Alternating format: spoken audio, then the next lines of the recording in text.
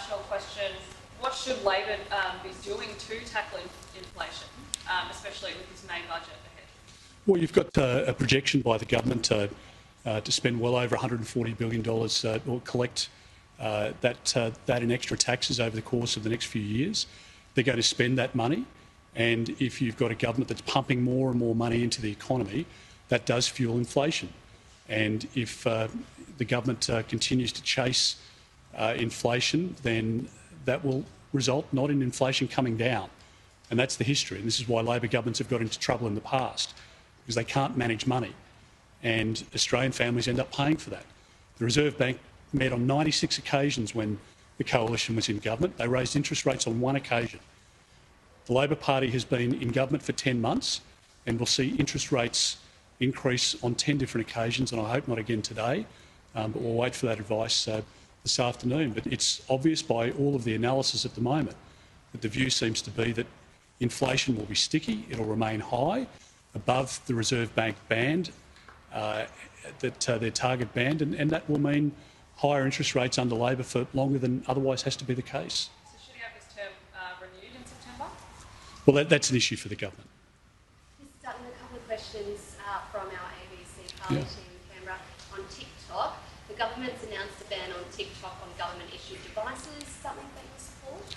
Well, it is something that we'll support, and obviously we'll support decisions that the government makes that keep us safe and that are in our national interest. The government's been very praiseworthy of Scott Morrison and I and others within our government for the AUKUS deal, and we put that together wanting to keep our country safe, not just today but for decades ahead.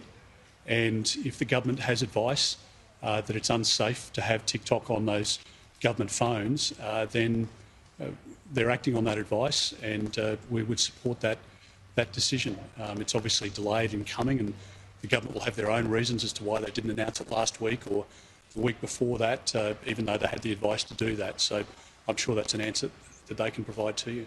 And should politicians and public servants be allowed to use that app on their personal devices? Well, those of us in public life have to take advice from the agencies, from the head of ASIO and the head of ACIS and the other intelligence agencies, and if they're providing advice, it should be adhered to. And if people have got doubts, then they can contact the relevant contacts at ASIO or ACIS. But I think if the Director General of Security is giving advice to members of Parliament, they should follow it.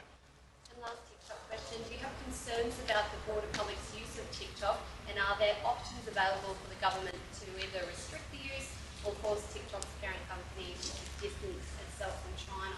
Well, look, I'd just say to particularly a lot of young Australians, we all spend a lot of time online now, on TikTok, on Instagram, other communication apps and messaging apps.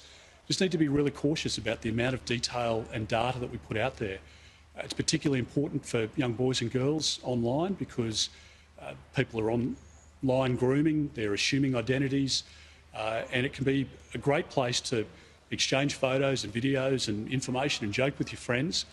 But it can also be a very dangerous place because if you have somebody, whether it's a state actor or an organised crime group, collecting data, collecting personal messages, collecting those photos, that can be really worrisome.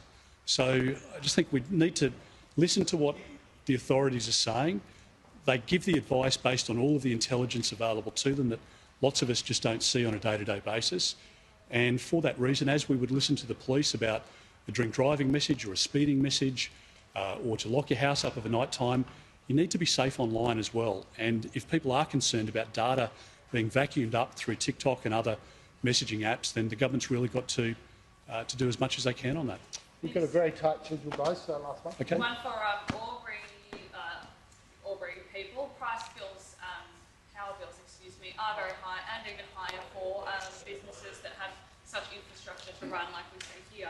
Back in 15th of December, did you not vote down a price intervention, an energy price intervention legislated by the Albanese government? Well, I'll just make this point about the government's bill that they got passed, right? So if they're pretending that it didn't pass, then they're not telling you the truth. So the government got that bill passed. Nobody's power bill has gone down.